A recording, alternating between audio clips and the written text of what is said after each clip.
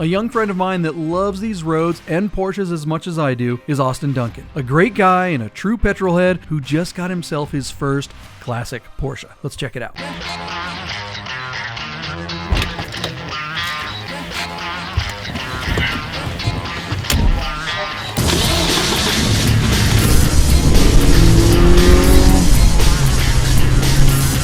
You know, the 944 had to grow on me. It really did. You know, depending on what angle you look at it, it is like the ugliest car Porsche ever made, and yet it's like the best looking car Porsche ever made.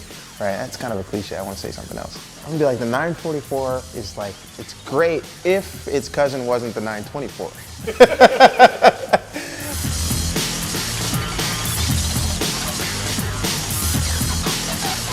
That relative, you know, at the family reunion, just embarrassing.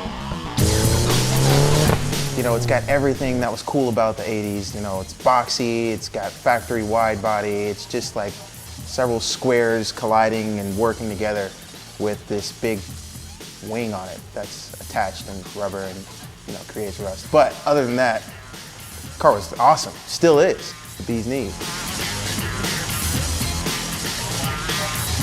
I'm still surprised at how much attention that the car gets because, I mean, I was just shy of becoming a 911 fanboy myself. Just looked at the camera, damn it. Okay. When this car came out, it was ahead of its time in a lot of ways.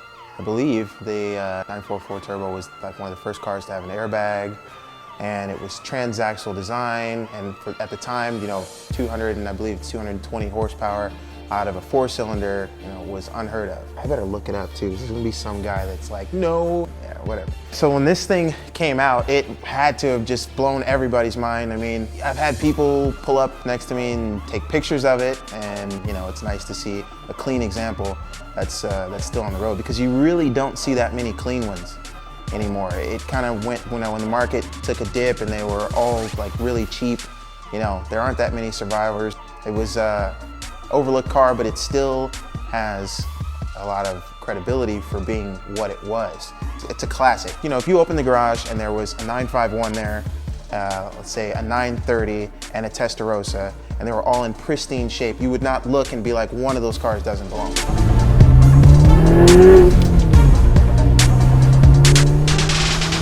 The thing about the 944 Turbo is it's made to be modified. I think when these cars first came out, people were not into modding cars, but there wasn't a market for it, really. Well, now modifying Porsches, though, it's like the thing to do.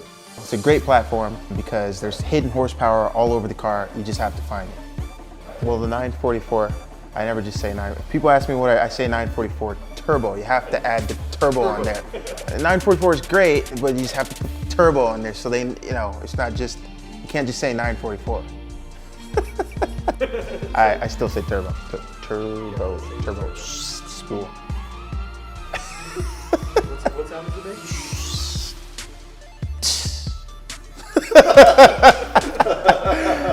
It's a 944 with a snail under the hood.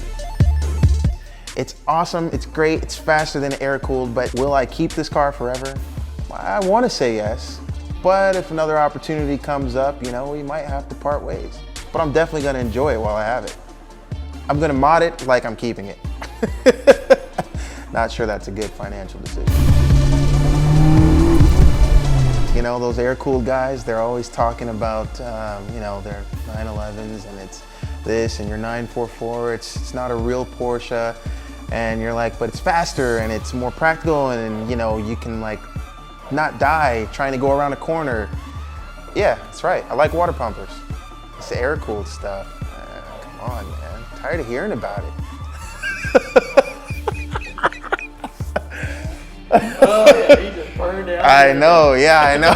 I know. I'm going to have to change my identity now because I said that. But, yeah. But I still want one.